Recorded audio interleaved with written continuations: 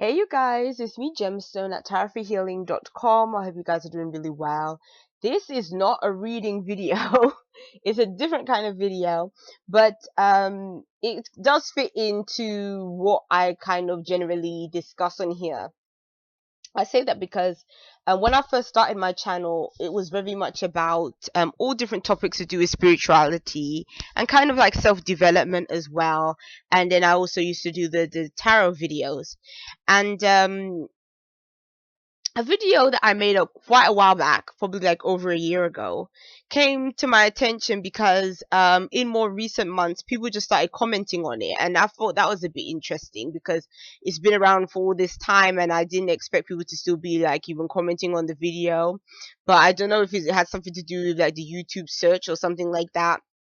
But then all of a sudden, like a few people started commenting like recently, and it was a video basically talking about how we as women sort of need to tap into our feminine nature and our that goddess energy.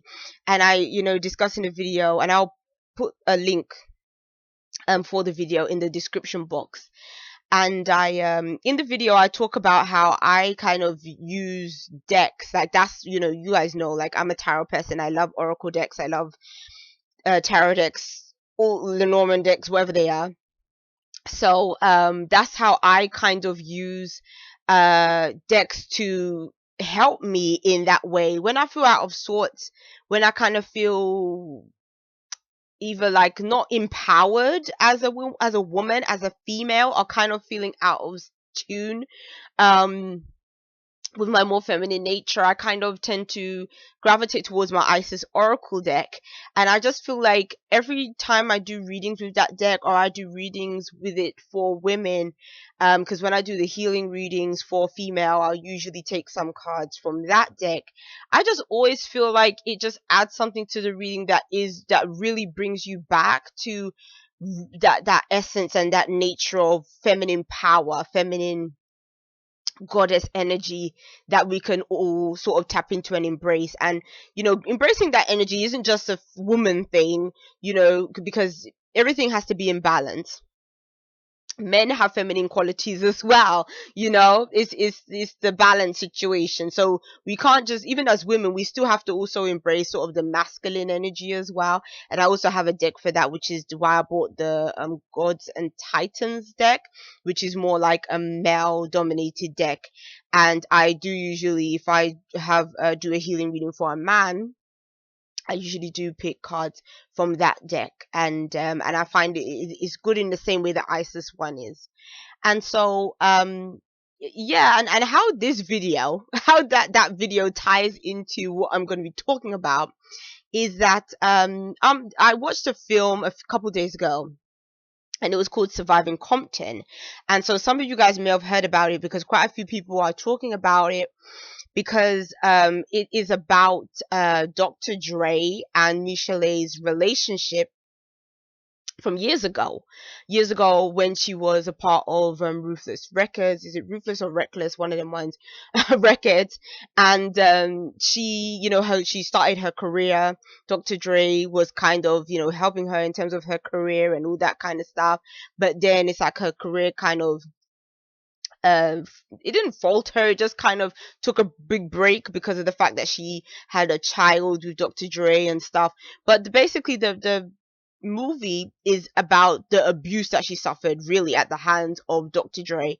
And there is an incident where after that relationship kind of ends, she gets involved with Suge Knight, and Suge Knight hits her in one of the scenes as well. Even though she does say that Suge Knight wasn't as abusive towards her like Dr. Dre was. Apparently, she said, I think there was only one time when Suge Knight like hit her. Not to say that that's acceptable anyway, even though it was one time, but it seemed that when she was with Dr. Dre, it was a continuous cycle of abuse, or continuous like daily thing, or well, probably not even daily, but regular thing. That happened. And so what I gauged from the film itself was the same thing I was discussing in that video. It was about, to me, when you're dealing with a person that really has had some really difficult events happen in their life, especially when they were a child, being raised in an environment where you didn't feel you have had enough love, attention, nurturing, or care, or feeling like also being misguided by your elders and people that were around you that should have really been there to sort of guide you in a better way. And I think for her it was a combination of the two. Now she in the movie you don't really see too much of her childhood. You just see a scene where she's a little girl, and this is a bit of a spoiler. You can actually see the movie on YouTube, so if you're planning on seeing the movie and you don't want me to just ruin it for you, then you should probably like click off now. um because obviously the more this video goes on, the more details I'm going to be giving about the movie. If you don't care so much, or if you don't mind, then obviously continue and watch it.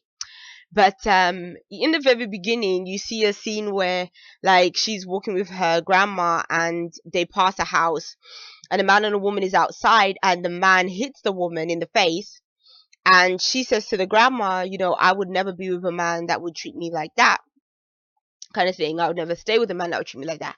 And the grandma was like, the way she explained it was almost like that's within a man's nature to do. Like, almost like you as the woman shouldn't necessarily, I guess, leave a man that would abuse you or would hit you because of the fact that, sometimes that's the way men get. Like, that's kind of the way, like, obviously I'm paraphrasing, but that's kind of the way she explained it to her.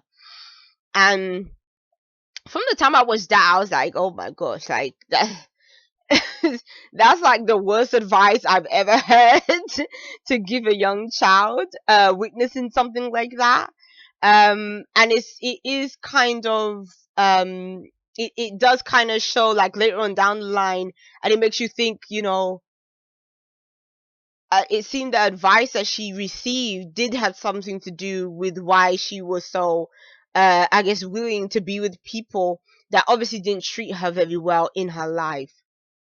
And I think it went further than that, because even in one of her interviews, she discussed being in counseling for quite a few years, and she said how she had been, well, her parents never really ever told her that they loved her.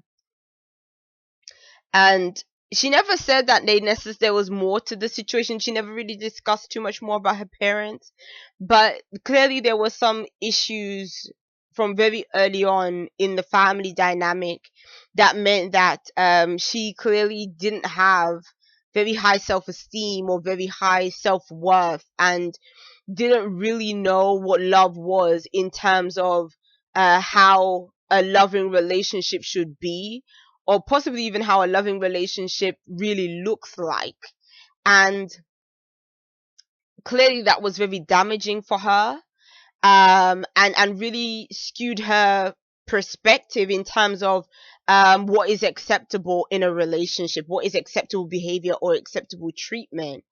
um and that was really sad to me, because it's like, I think we as parents, because I have a child, and the role that we play is so important. And it's like everything that we expose our children to, or we show them, we tell them about, even things that the way we interact with them and everything, they're so perceptive and they soak all of that up.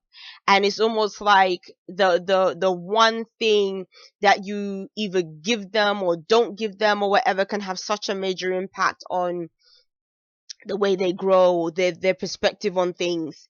And I think in her case, like, some people would say, well, why did she accept the abuse? And that's an interesting thing, and a good question, because like throughout the movie, like, she never once says, and even when you watch like any interviews of her like discussing the film or anything, she never once says that she was like in love with Dr. Dre or anything like that. And even in the movie, she says pretty early on, like, he was never her type. And so it kind of makes you think, well, why would you hang around in that situation or accept that kind of treatment? And I was kind of thinking, and I kind of understood in a way why, because I think in her case, is something, so it was something that I could relate to in my own life, because I always think that when you grow up and you, especially if you experience any form of abandonment as a child, either from one parent, both of your parents, or whatever else, it can have that effect to where you feel like something in yourself is missing, and there's a hurt that is there.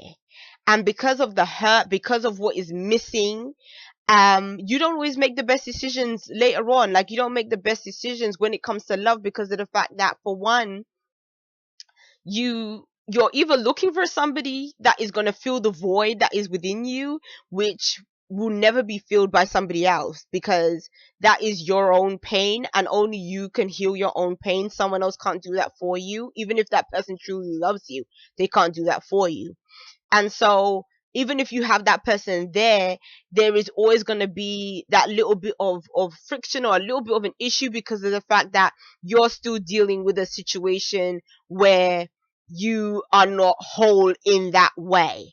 And it usually does show itself in relationships.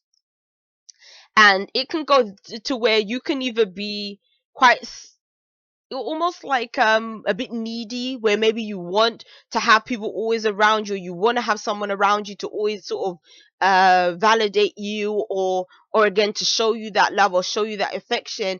Or it can go the other way, to where you end up being with somebody that you don't really love.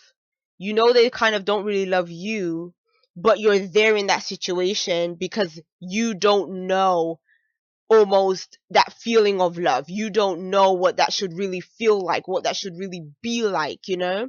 So it's almost like you would rather take anything that a person gives you, like even their attention or their time, even if, again, it's not the best attention, even if it's not quality time, even if it's not the best relationship, but you're still in there anyways, because of the fact that this is the person that, either you've chosen, or they seem to have chose you in some kind of way, because they showed an interest in you, and you're just keeping things going because that's the person that's around.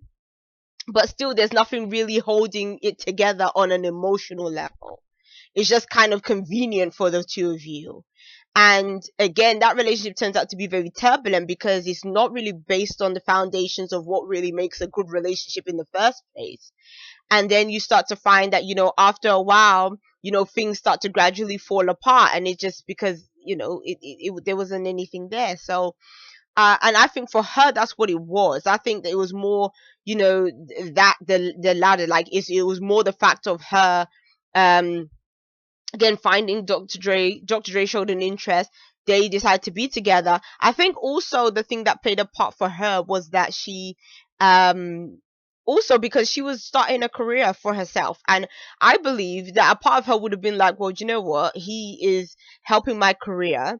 This, is going to be profitable for me, because I'm going to be successful. And so I think that also that did play a part, obviously.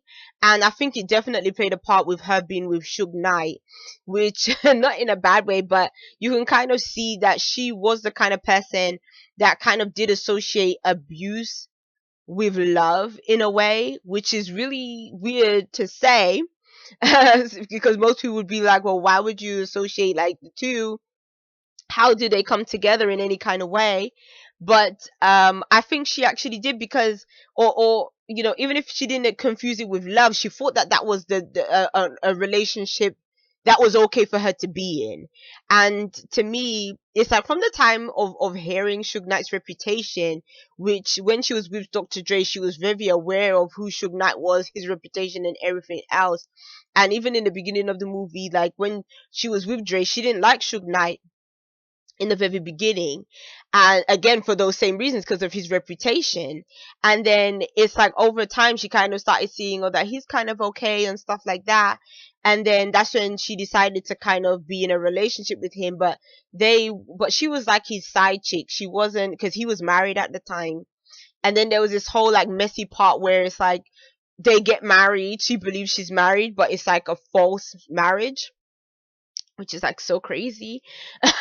But I thought to myself, like, you, in a way, you kind of are attracting abuse to you, when you decide to be with somebody like Suge Knight. Like, in my opinion, in my opinion, like, I would expect that kind of treatment. Like, she actually said that, again, that Suge Knight treated her better than Dr. Dre. But I kind of feel like if it were me and Suge Knight was to show any interest in me, if that was ever likely to happen, I would be concerned that he would be abusive, like, in all honesty, without even knowing him. So it kind of made me think that in the back of her mind, she had to kind of know or think that this man, could have the potential to kind of be that way.